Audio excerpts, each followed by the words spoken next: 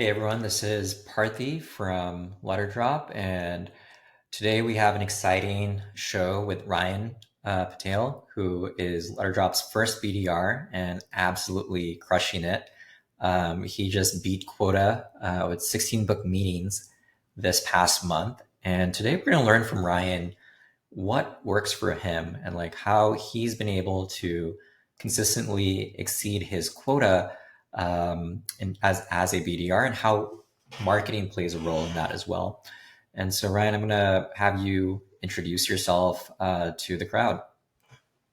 Cool. Yeah, I'm really excited to be here. Appreciate the introduction, Parthi. Like Parthi said, my name is Ryan. I was a founding business development hire at Letterdrop. Prior to being at Letterdrop, I worked as an MBA associate at a small venture accelerator and seed and Series A stage fund. So I've always been really into startups.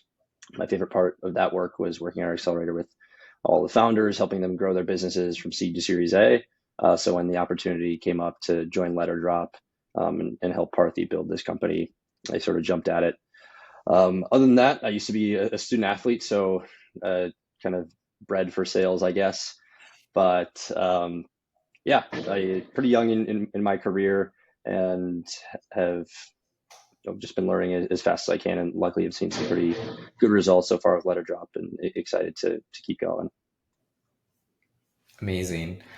So, Ryan, let's actually get into your head right now. Like, walk me through a day in the life of Ryan at Letterdrop. Like, what do you do every day to be successful as a BDR?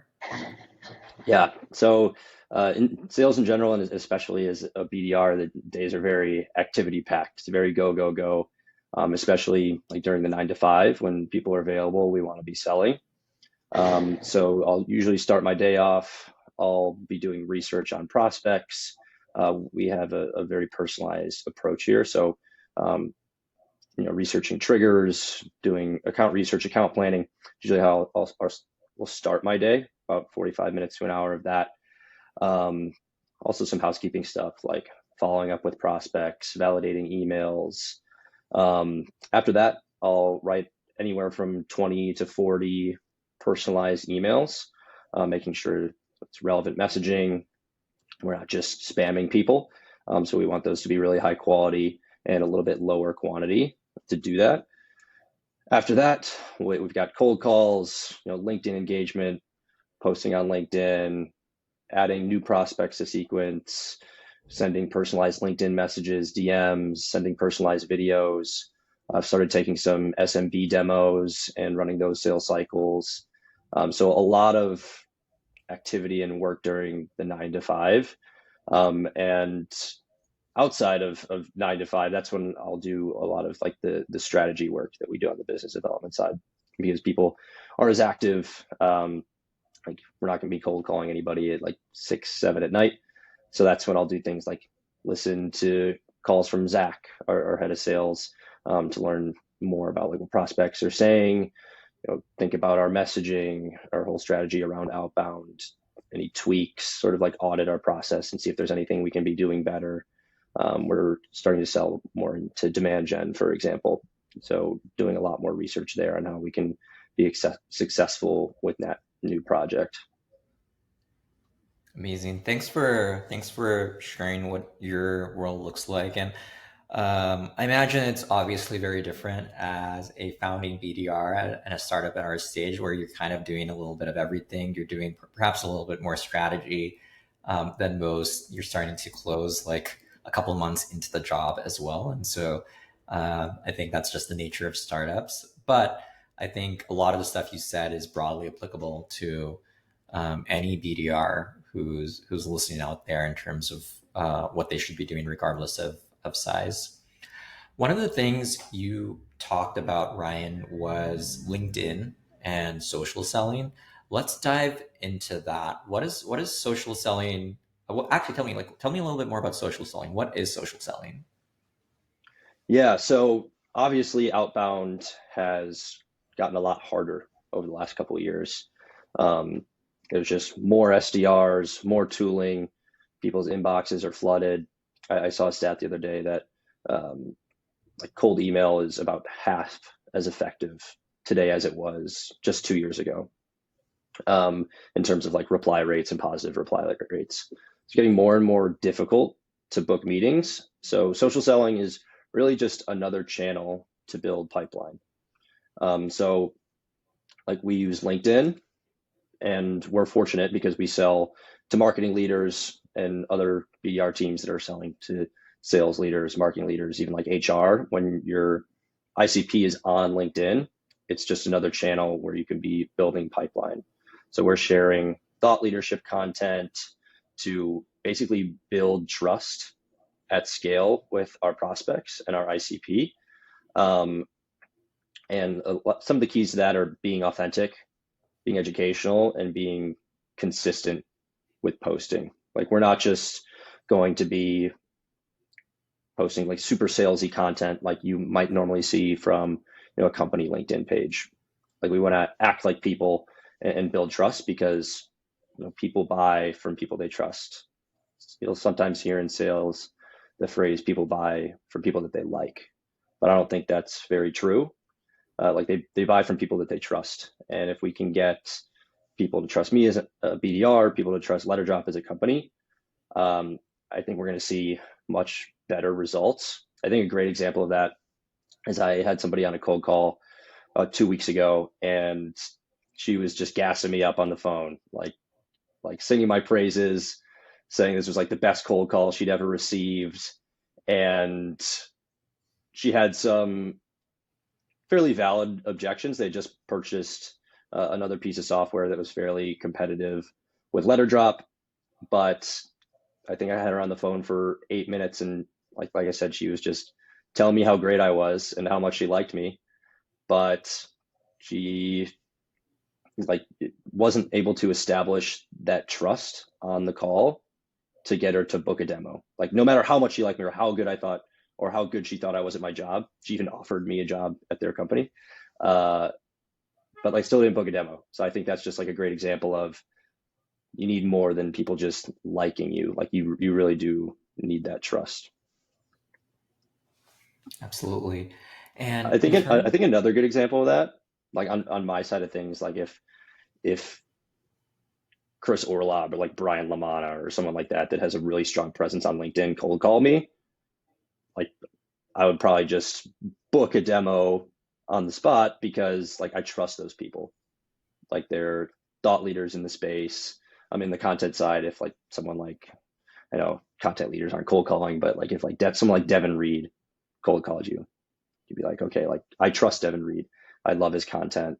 Um, Regardless of how much you liked him, like you would be interested in learning more.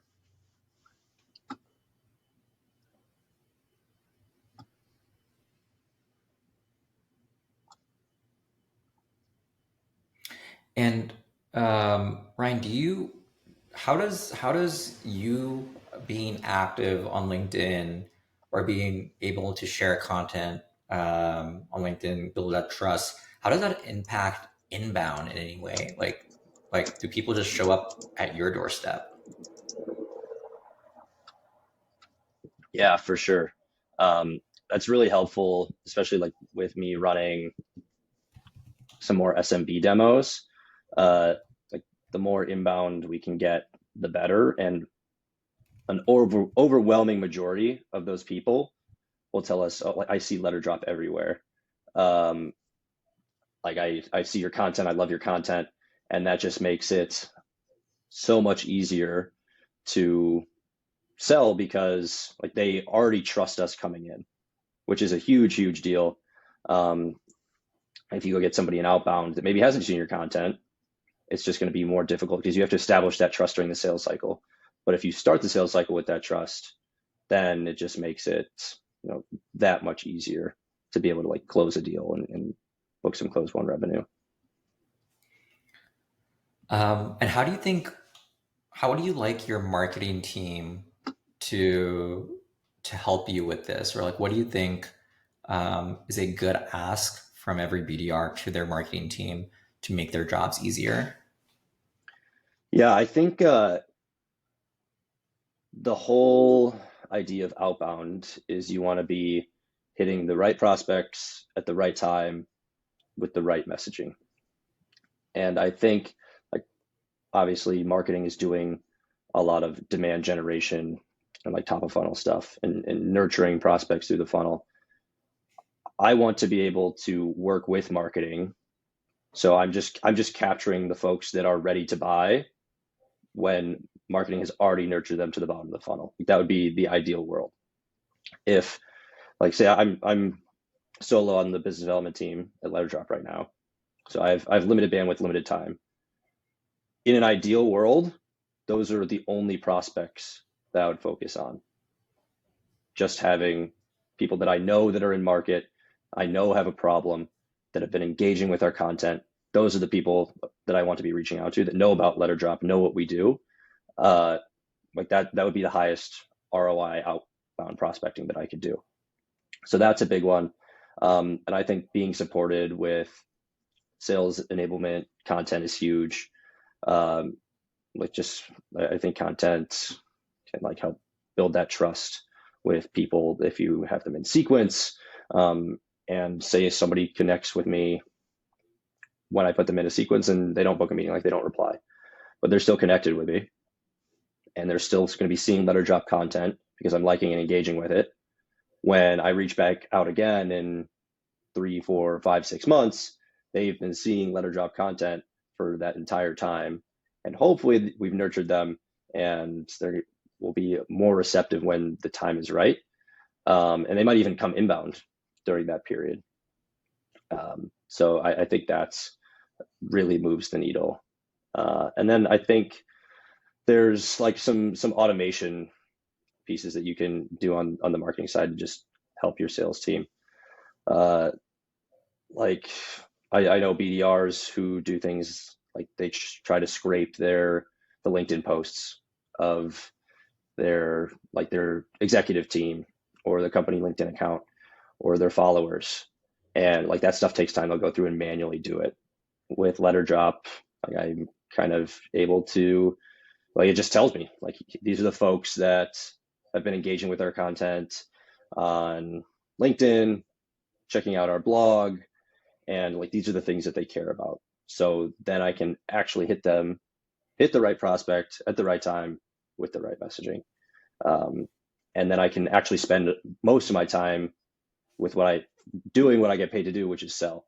Like I think probably a lot of sales teams get frustrated when they have to, do tasks that aren't directly related to selling and aren't directly related to making progress on their number. So anything that marketing can do to help sales focus more on selling and spending more of their time on selling is a huge value add.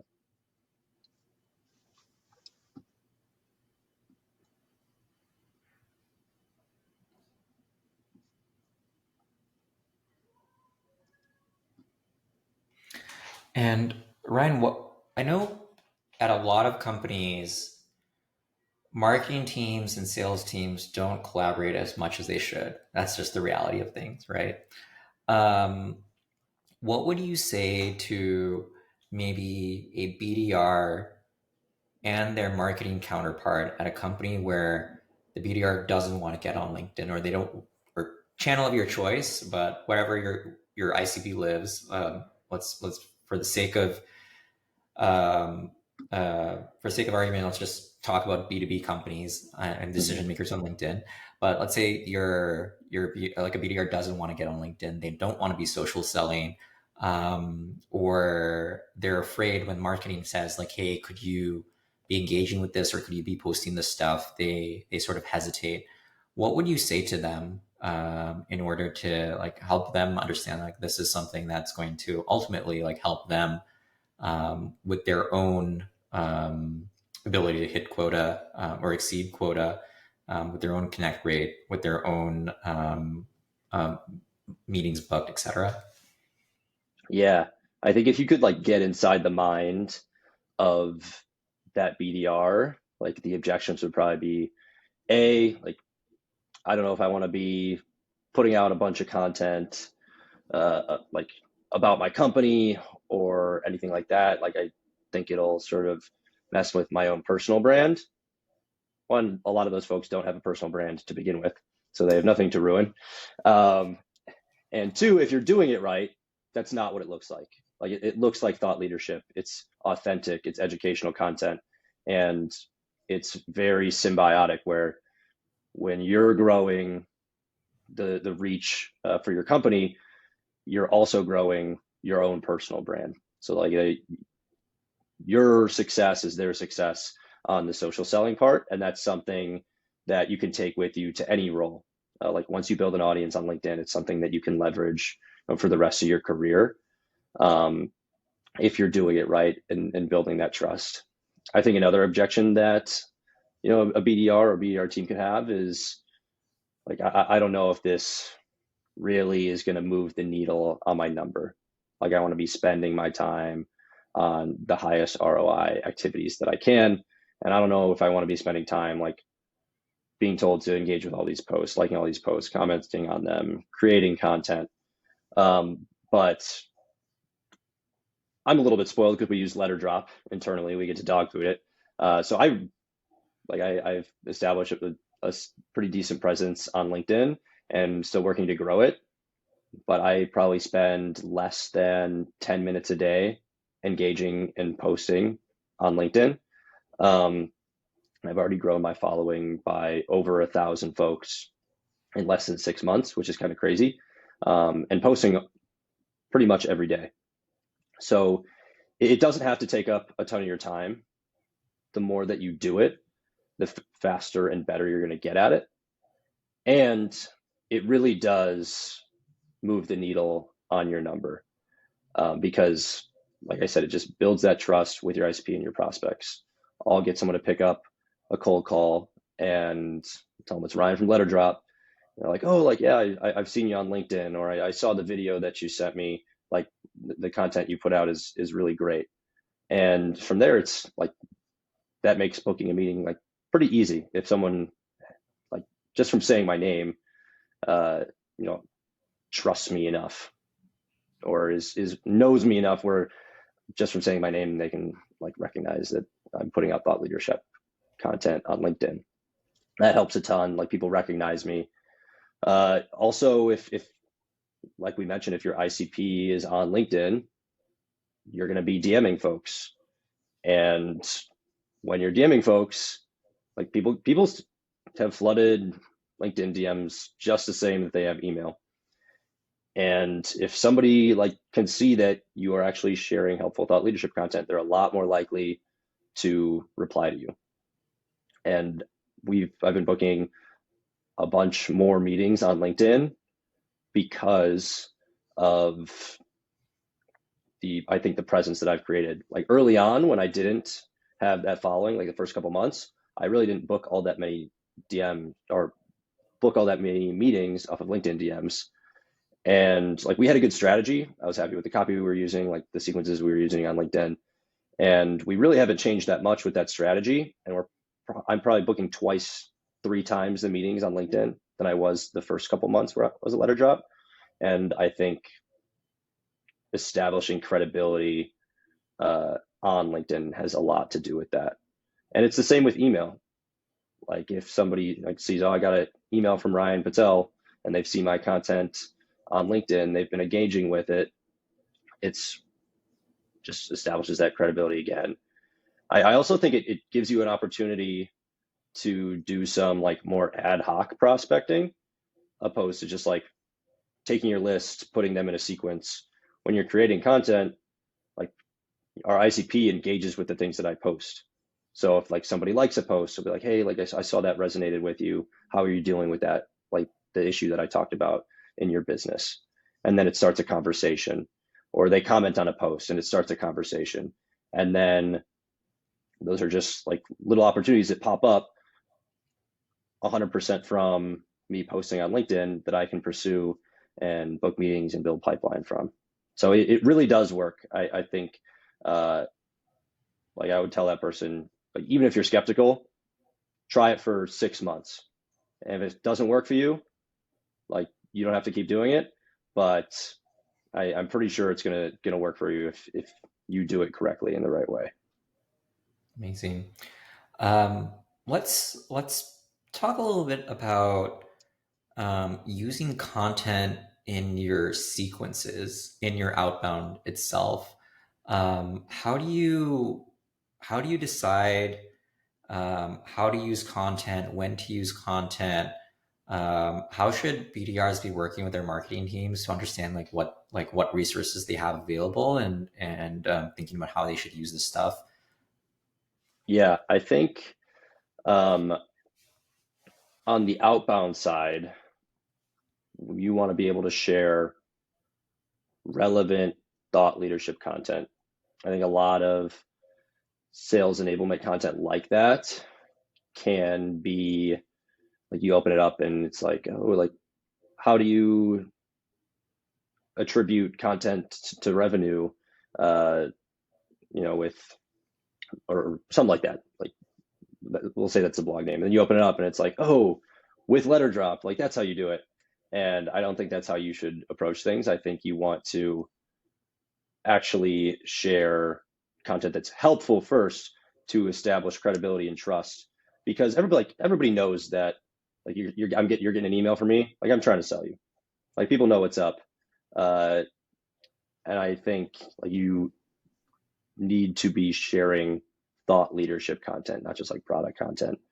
um, but there's a time and place for things like product content. Like people ask, like, send me more information on this. Oh, that's interesting. How does that work? So product content is helpful there when prospects have legitimate questions about like what you do, how you help, or like case studies can be helpful there as well. But I think if I'm reaching out to a prospect where they haven't replied at all yet, I want to share things that establish credibility for me, that shows that I'm educated on their problems, I understand them, and we've helped others that are like them. So I think that's where thought leadership plays in. I also think it's content can be super helpful for nurturing prospects. The strategy that we use is we'll put someone in a short, quick hitting sequence, trying to hit them with relevant messaging. If they reply, great. If they don't, what we're going to do is have a task at the end of that sequence to put them in a nurture sequence where every couple of weeks they'll receive a new piece of content that we're putting out, just so we stay top of mind. And then after 2 to 3 months of that, we resequence them with another short, quick hitting sequence. And they're not just like, oh, like Ryan's just reaching out to me every quarter or something like that. Like they're continuously getting helpful content. And when you do that, it, one, keeps you top of mind, and two, shows that like you can just share content without an ask, like, and they'll read it, be like, hey, like this is actually really helpful. um, and then it gets your foot in the door, because then they say, okay, Letterdrop understands what I do on the day to day. They understand the KPI that I'm trying to move, and they've helped others do it before. um, so that's really, really helpful. In the in-cycle deals that I'm working on the SMB side, sharing relevant resources can help progress them. And I think anytime you reach out to somebody that's in a sales cycle, you want to be adding some sort of value. Like good sellers aren't never just check in, right? And I think if you have really good sales enablement content, that is very helpful. Like something like our LinkedIn SaaS playbook, that is like a genuinely helpful resource that I'm sharing in pretty much every sales cycle that I have, because people find it genuinely helpful and it's something you can follow whether you use Letterdrop or not. And if you can educate during the sales cycle, I think it helps progress deals as well. And then I think on the flip side for outbound, like you're sharing all this content, right? You have all these people looking at content. You're sharing it in outbound. You're sharing it in sales cycles. You actually want to be able to know like who's engaging with it and who isn't.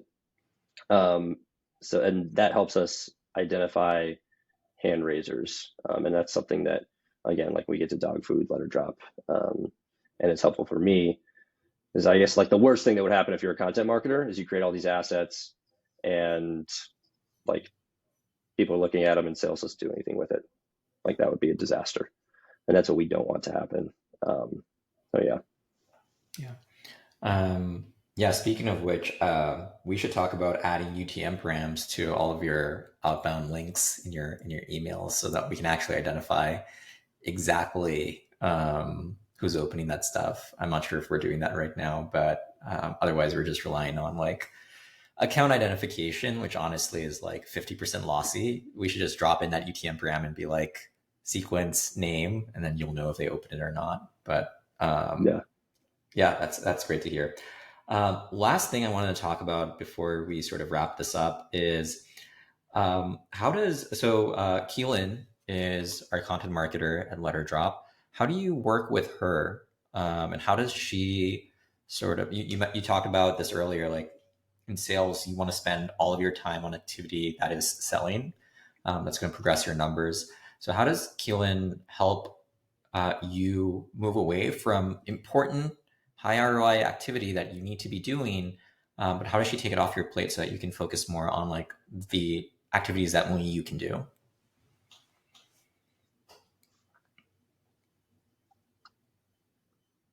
yeah. Me and Keelan work very closely, which is awesome. Um, One of the things that we communicate about is if there's something that I need, or like there's a circumstance that comes up where I feel like this would a piece of content would be helpful to share with a prospect in that instance. I'll let her know, and she can add it and to like her backlog and prioritize it however she needs to. But we're always communicating on like what I need on the sales enablement side, which is really helpful. Um, Another thing that we communicate about is LinkedIn posts. So we communicate on what content I want to be sharing, and she'll create drafts for posts for me that I can edit and make my own. Um, and that cuts down the amount of time I have to spend on content creation, which lets me spend more time on selling. Um, and when she's creating that content, sometimes if like I just have a busy week, I'm like, hey, Keelan, I'm slammed this week. Can you like ghostwrite a post for me or something like that? She'll be able to do that, and like she can do it through Letterdrop, and all I have to do is like quickly review it and click accept.